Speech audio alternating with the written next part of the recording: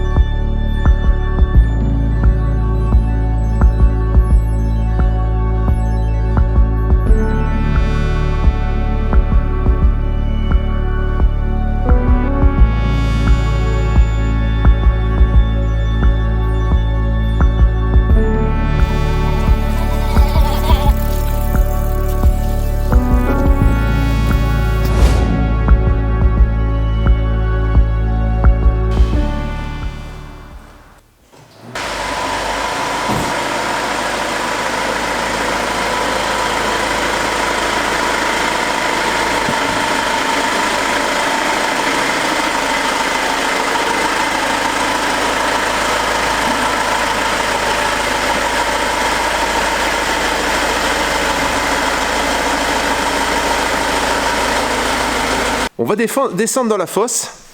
J'ai avancé le fourgon et on va aller voir ce qui se passe en dessous. Les prises 24 volts pour l'éclairage. Moi je suis un peu grand, hein, mais là je suis sur une palette en fait parce qu'il y a un peu d'eau là. Tu viens avec moi? Regarde ça. Bon alors la fosse, tu vois, regarde. Là j'ai mis un caillebotis. Voilà.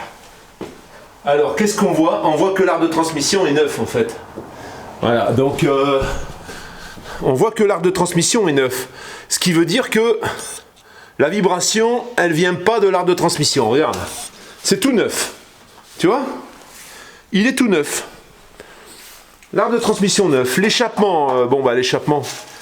Voilà, là c'est pas vieux, mais c'est normal. En même temps, le véhicule est pas vieux non plus. Bon, là il y a un petit suintement d'huile quand même. Hein. Là c'est gras un peu, tu vois? Ici, c'est un peu gras. Là. Bon. Ah, j'ai mes étriers qui s'allument tout le temps. Alors je pense que c'est derrière. Les disques ont été changés ici. Tu vois, les disques sont neufs complètement. Moi je me suis changé les pneus. De l'autre côté c'est pareil. Ah, ça c'est la boîte de vitesse automatique, tu vois. Et là j'ai quand même un peu de gras. Alors il faudra que je vois d'où ça vient. Ça peut venir éventuellement du bouchon de vidange, hein, parce que je vois que c'est plus localisé. C'est pas vraiment entre le moteur et la boîte. Je pense pas. Je pense que ça vient plutôt du bouchon. Ils n'ont pas dû remplacer le joint. Là, donc, on a le réservoir à carburant, le bac à batterie.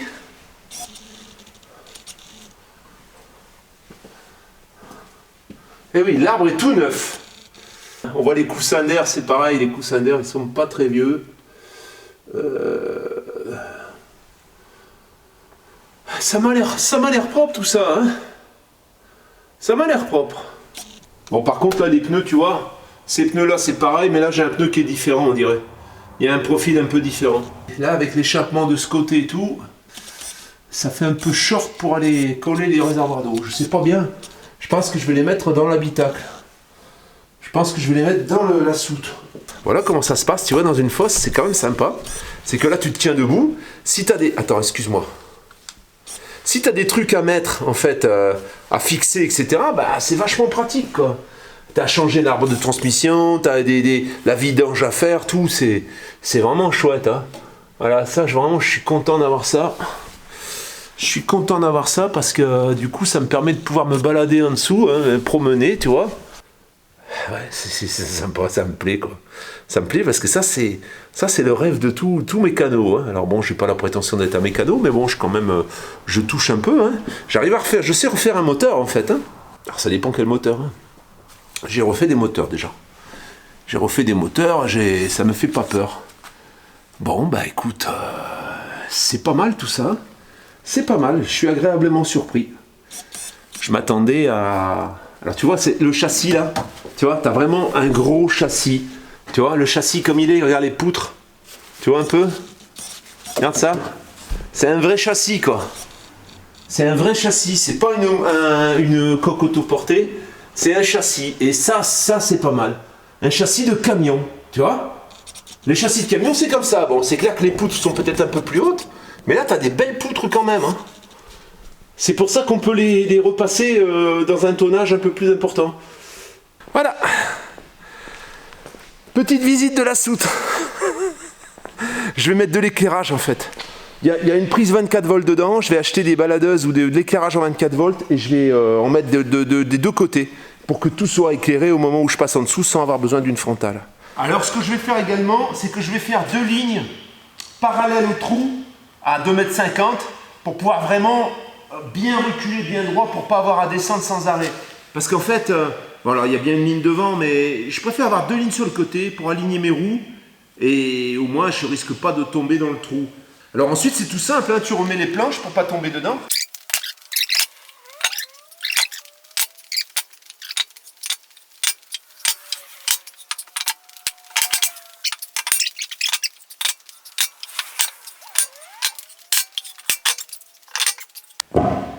Tu sais quoi? Ça fait du bien quand t'as fini. Ah la vache.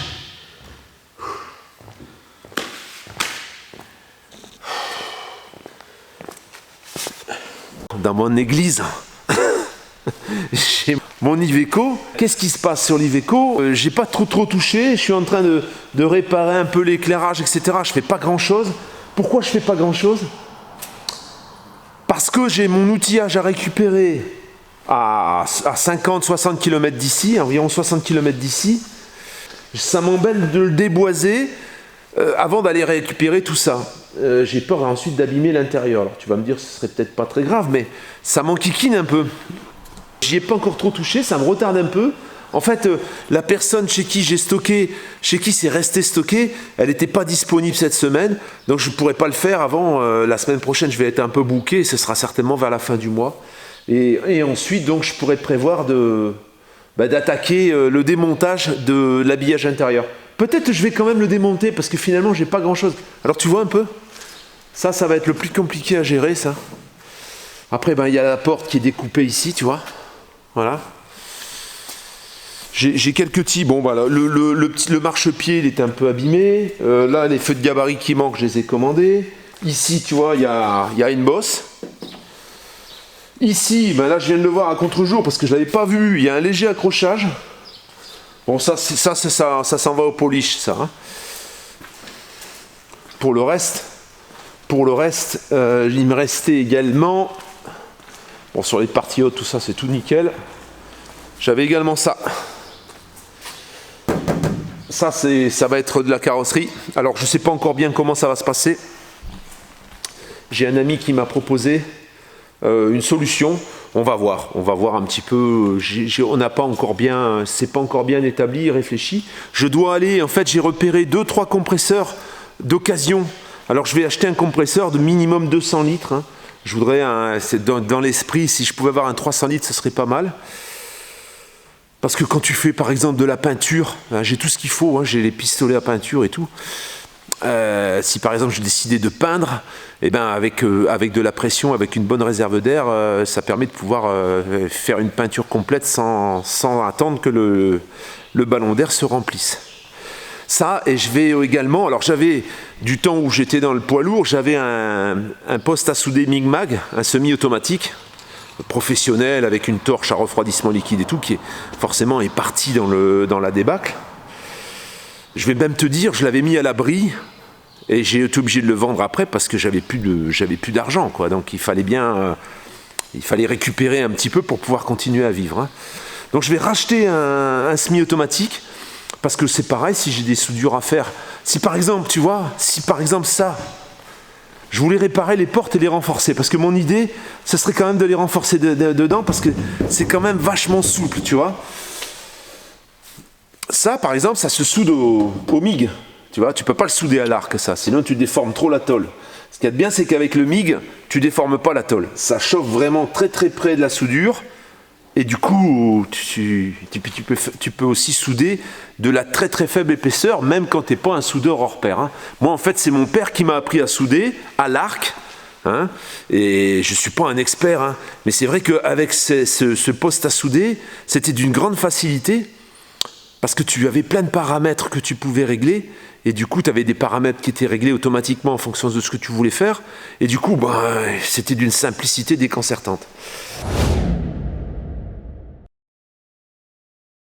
Bonjour à tous, aujourd'hui on s'adresse aux enfants, c'est tout simplement pour donner des conseils par rapport aux parents divorcés. Qui sont divorcés, enfin, vous voyez, cœur cassé là. Donc, c'est sûr, c'est quelque chose, dans la vie c'est un cap, un peu, enfin pas un cap, c'est pas normal que ça se passe. Tony, peut-être que les enfants ne savent pas ce que ça veut dire, tu peux nous expliquer ce que ça veut dire, cap? Ok. Un cap, c'est un niveau à passer, enfin voilà. Par exemple, ils ne savent pas ce que c'est, voilà. Dans la situation, bien sûr, hein, si ça se passe pas, c'est pas un cap à passer et on vous le souhaite pas. Mais je vous conseille que vous ne restez pas trop avec vos parents. Vous allez dans votre chambre et vous jouez, mais pas les bébés, bien sûr. Non, mais là, c'est pas au moment de dispute. Parce qu'après, au moment de dispute, c'est sûr que là, c'est pas de votre histoire. Vous allez dans votre chambre. Vous allez dans votre chambre. Et jouer comme si rien n'était. Si vos parents sont vraiment séparés, ce qu'il faut faire, c'est je sais pas, profiter. Alors, par exemple, souvent quand des parents sont séparés, c'est la garde alternée. D'accord, Alice?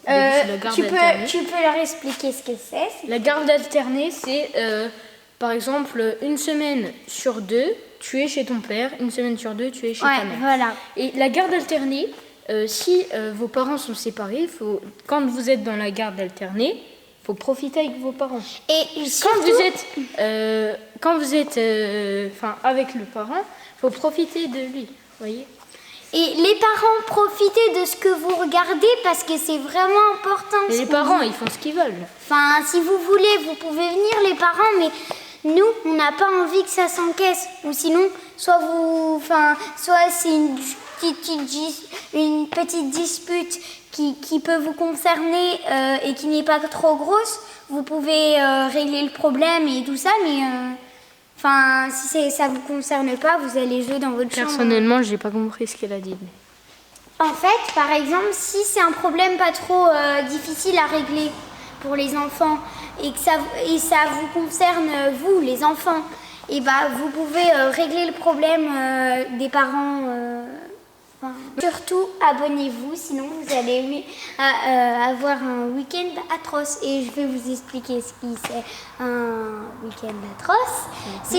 En fait, c'est un week-end, c'est 2 jours. Où par exemple, tu passes un mauvais week-end, t'es comme ça. Je peux pas aller dehors. Je peux pas. Et bah, on fait quoi? On met un pouce bleu. Voilà. Juste en bas, à la cloche. Tony. Aujourd'hui, eh bien, je suis plutôt dans le marché, on va dire. Hein. Ça veut dire que je me retrouve un petit peu dans la situation où j'étais dans le camion, où les prix du marché évoluaient et étaient en dents de scie régulièrement, mais là, ça avait des descentes et il y avait des montées. C'était pas toujours en constante augmentation. Donc il était assez facile quelquefois de faire des affaires, de profiter d'une baisse des prix et puis de revendre au moment où il y avait une hausse des prix parce que c'était régulier et récurrent en fonction des demandes. Moi, j'ai eu acheté même des bus, hein, j'ai eu acheté des bus interurbains, des bus pour transporter des passagers. Et ces bus, je me souviens notamment d'en avoir acheté à la commune de Bourg-en-Bresse, à la communauté de communes de Bourg-en-Bresse, où j'avais acheté ces bus, je pense que personne n'en voulait. J'ai dû faire une offre à 800 € ou 1000 € le pièce, et je les ai revendus, il me semble que c'était 4 ou 5 000 €. Voilà. C'est juste de les avoir stockés quelques mois, peut-être un peu plus que quelques mois, je crois que c'était une dizaine de mois. Et derrière ça, il y a eu une demande. Et après, au moment où j'ai essayé d'en retrouver, parce que j'avais un filon pour pouvoir en sortir à foison, eh bien, c'était plus possible, il n'y en avait plus. Hein, parce que les prix, forcément, tout le monde était sur les mêmes recherches, et ça a augmenté. Bon. Dans le camping-car, c'est différent. Dans le camping-car, on a aujourd'hui une situation qui est favorable à l'augmentation des prix. C'est pas qu'il y a un volume de vente qui est supérieur à l'année dernière, je pense pas, mais il y a un phénomène dont il faut tenir compte, c'est qu'il y a une demande et il n'y a pas l'offre en face. Voilà. Il y a une grosse demande et l'offre, elle n'y est pas. En plus, cette offre, et les véhicules qui sont sur le marché aujourd'hui, on n'est pas que des particuliers à les solliciter. Il y a également des professionnels qui veulent remplir un petit peu leur parc, parce que les parcs ne sont pas pleins comme auparavant. Ils ont une demande sur du véhicule d'occasion et ils n'ont pas forcément les occasions au bout. Donc on se retrouve également en concurrence avec des professionnels qui veulent avoir les véhicules sur leur parc pour les proposer à la vente, tout simplement. Hein. Sur des véhicules, on le voit, hein, je trouve des camping-cars assez facilement quand les budgets dépassent, je dirais, les 30 000 €. Quand on est en dessous de 30 000 €, ça devient plus compliqué. Alors, quand on parle de bas prix, j'ai fait des vidéos par le passé où on pouvait trouver des véhicules à moins de 10 000 € sans trop de problèmes. Et souvent, au moins pour une partie, il y avait des véhicules des camping-cars qui étaient plutôt en bon état. Aujourd'hui, ça, c'est devenu beaucoup plus difficile. Ça veut dire qu'on est des camping-cars en bon état à moins de 10 000 €, c'est le coup du hasard, en fait. Hein. On va dire qu'il y a une part de chance énorme. Il faut que la personne qui mette ce camping-car à vendre n'est pas au courant des prix du marché. Les canaux de vente habituels, comme par exemple le Bon Coin, elle les utilise la plupart du temps, elle ne les utilise pas. Donc un camping-car en dessous de 10 000 €, c'est le fruit du hasard et de la chance pour moi aujourd'hui. On ne peut plus établir de règles et moi je ne peux pas m'amuser à chercher ce type de camping-car parce que c'est une aiguille dans une botte de foin. Ensuite on monte un peu. Je me souviens par exemple du camping-car de Charline qu'on avait négocié à 14 500 €. C'était un Rapido 899, un bon petit véhicule qui n'était pas très très prisé au moment où on l'a acheté. Hein. Ça se vendait, mais ça se vendait dans des prix raisonnables. Et je dirais que le prix auquel on l'avait acheté, c'était plus ou moins les prix du marché à 1000 ou 2000 € près. Aujourd'hui, quand tu vois ce type de camping-car à la vente, déjà tu les comptes sur les doigts de la main, c'est très très rare. Et quand tu les achètes, tu les achètes bien plus cher. Bien plus cher, c'est souvent largement au-dessus de 20 000 € pour des camping-cars qui sont quelquefois de 98, 99, voire 2000. Alors tu vas me dire, c'est pas raisonnable, mais bon, c'est un modèle qui était quand même relativement fiable, avec peu de problèmes d'étanchéité, hein, même si ça peut arriver, hein, il y en a quelquefois, mais moins que dans d'autres marques. Et du coup, ça en fait un best-seller qui se vend très bien. On va parler du Laika. Les Laika qu'on a achetés dernièrement, les prix sont quand même assez élevés. Alors c'est quand même des camping-cars de 2011, mais aujourd'hui tu vas par exemple chercher un Créos chez Laika en lit superposé, c'est introuvable. Et quand il en sort un, il est largement au-dessus de 40 000 balles, même quand il est de 2006, tu vois. Donc Là, c'est pareil. Je dirais que oui, c'est une valeur sûre. Tu vas l'acheter, puis tu vas avoir la certitude de le vendre dans quelques temps au même prix, même quelquefois en faisant un bénéfice. Donc forcément, les personnes qui sont au courant des prix du marché et puis qui mettent un véhicule à vendre, s'ils ne sont pas au courant, ils mettent à vendre et ils se vendent dans l'heure, et l'annonce elle disparaît tout de suite, sans les voir. Hein. Tu n'as pas besoin de voir un véhicule. Hein. Là, si ton truc il vaut 42 000 balles sur le marché et que toi tu le payes 32 000, même si tu te ramasses quelques bricoles à faire, tu vois, c'est intéressant. Hein. Donc voilà où on en est. Alors, moi, dans ma situation, aller chercher des camping-cars comme cela, à moins de 20 000 euros par exemple, pour toi, c'est quasiment impossible, parce que moi, il y a quand même une latence en fait. Je vais être stationné par exemple ici, à Charolles, ou à Annemasse, je ne vais pas pouvoir partir comme ça, dire ouf, je prends le camping-car et je vais voir le véhicule. C'est déjà, ça présente un risque que toi tu ne prendras pas, parce que si c'est loin, tu ne vas pas y aller. Moi, je prévois de dire, si j'y vais, je ne vais pas que pour ça, j'en ai d'autres autour. Ce qui fait que la rapidité d'action qu'il faudrait avoir dans ce cas-là, on ne l'a pas. On ne l'a pas. Hein. Ça veut dire que moi, je ne peux pas partir de but en blanc, aller visiter un camping-car que pour ça, parce que sinon, je ferais que ça et je passerais la moitié de mon temps pour rien. Parce que tu l'as vu, hein, lors des visites, c'est pas toujours comme on l'imagine. Hein. C'est pas toujours comme c'est mis sur les photos. Et quelquefois, quand on est sur place, on est vraiment surpris désagréablement de l'état. Hein. Surtout sur des véhicules à moins de 20 000 euros. Alors, qu'est-ce que je fais? Qu'est-ce que je peux faire, en fait, pour toi qui cherche un véhicule à moins de 20 000 euros, mais qui est un peu dans la jungle et qui ne sait pas trop quoi choisir, etc. Je peux faire l'accompagnement. Je peux t'aider à dire ça c'est bien, ça c'est pas bien. Je peux essayer de t'aider à cibler ton implantation, cibler ton choix. Ensuite, je peux prendre contact éventuellement, je peux prendre un premier contact avec le vendeur. Je peux faire envoyer des photos, je peux faire ma petite enquête à distance sur ce que je ressens. Hein. Est-ce que ça vaut le coup de se déplacer ou pas? À partir du moment où on est arrivé là et que le véhicule a l'air correct, sur le papier, eh bien à ce moment-là, le déplacement, moi je peux éviter de le faire, toi tu peux le faire, et on peut faire la visite en visio par WhatsApp comme je le fais quelquefois. Donc tout ça pour te dire que je vais certainement modifier la grille que j'avais prévue pour ça, et il va y avoir une alternative en fait à la recherche complète. Hein. Ça veut dire que la recherche, elle va toujours l'aide à la recherche. C'est une aide à la recherche. Hein.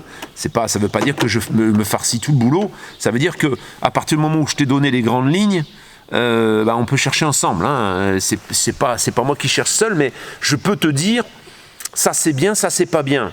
Là attention, là tu auras tel problème. Voilà, tous les jours en fait, je reçois des demandes où je vois qu'en effet, on n'est pas au courant de tout ce qui se passe et de la manière dont les véhicules évoluent. Bon, ça va être une alternative. Tu vas t'engager sur un niveau, et ce niveau, ça va être le niveau maximum, mais tu vas pouvoir basculer sur ce dont je viens de te parler. Ça veut dire que je vais te suivre jusqu'à la vente, mais je ne serai pas physiquement là sur place. On va le faire en visio.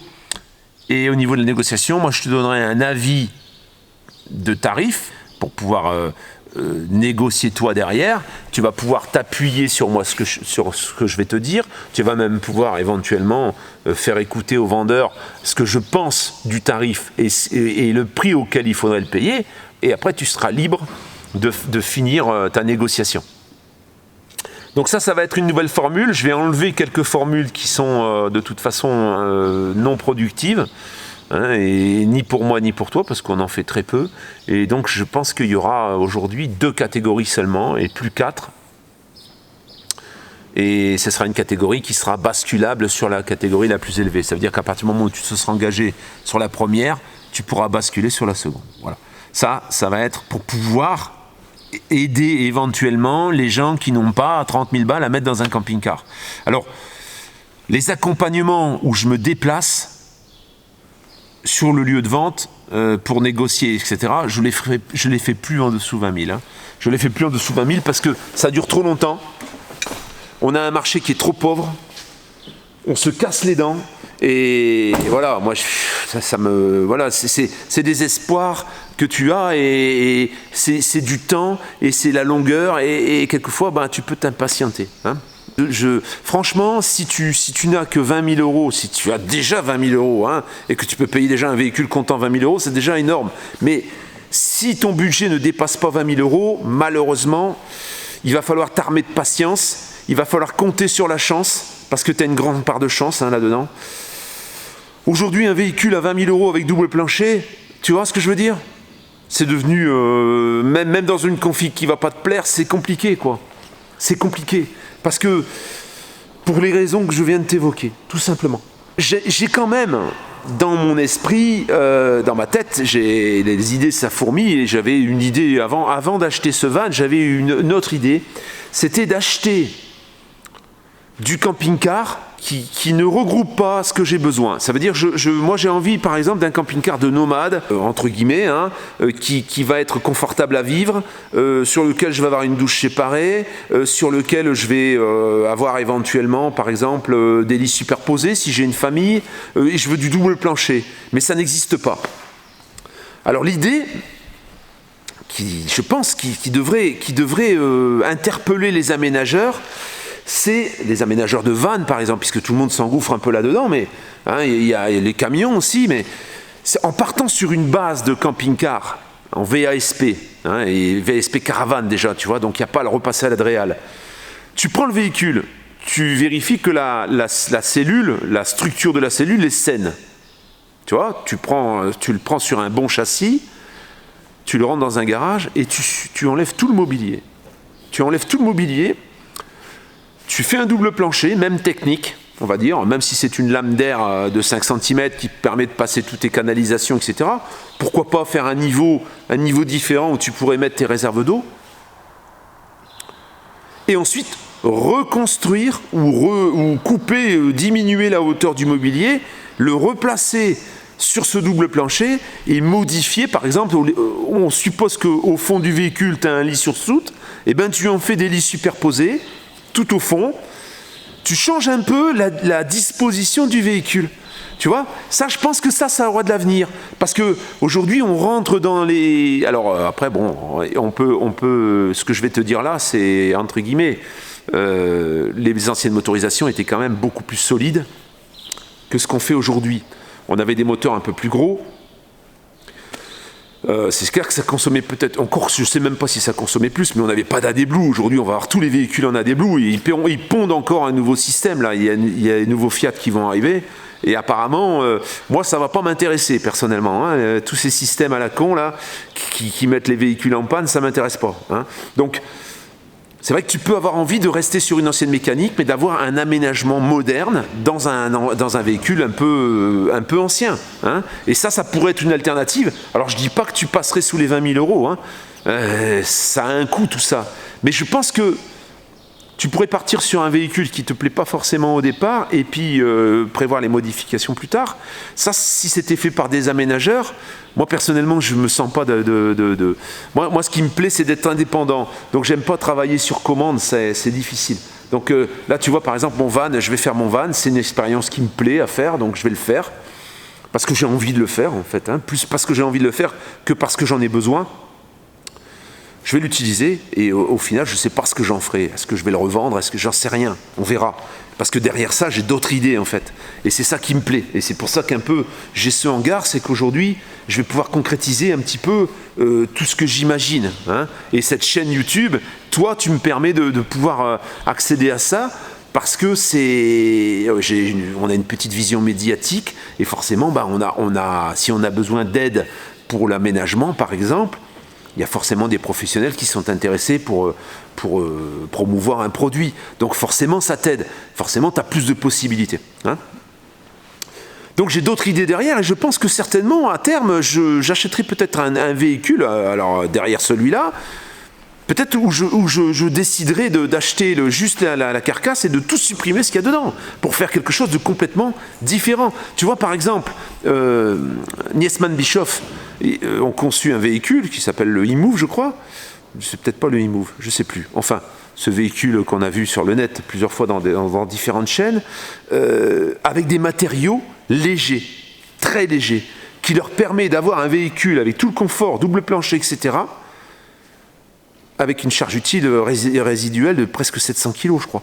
Donc, avec une qualité de matériaux supérieure, c'est possible. Alors, c'est clair que le coût, ça va forcément être en rapport en rapport aux matériaux utilisés et puis à la conception du truc. Mais, à mon avis, il y a une expérience intéressante à tester dans cette voie-là, quoi. Et je pense que si aujourd'hui j'étais un ménageur, je me pencherais sur le problème parce que c'est quelque chose qui n'est pas encore, qui s'est pas démocratisé ou qui n'a pas commencé encore. Il y a d'excellentes structures, il y a d'excellentes cellules qui mériteraient peut-être des aménagements un peu plus tournés vers le nomadisme, on va dire, hein, et vers la vie à plein temps dans un camping-car. Voilà la famille. Eh ben écoute, je vais continuer à bricoler un peu. Aujourd'hui c'est samedi, demain donc je ramène mes loulous demain en fin d'après-midi. Et donc lundi, alors demain matin, je visite, c'est ce que je te disais la dernière fois, un Frankia 5,50 m. Il va dépasser les 20 000 euros, hein, parce qu'il est très équipé en fait. Il a été vraiment... alors je ne l'ai pas vu encore, hein, ça je suis en train de te supposer par rapport à la discussion que j'ai eue avec cet utilisateur. Hein. Il l'a équipé pour pouvoir y vivre à l'année. Ça veut dire qu'il est armé en panneaux solaires et tout, et il est autonome, hein, le véhicule. Donc on va voir ça, et puis il sera proposé mardi sur la vidéo de mardi.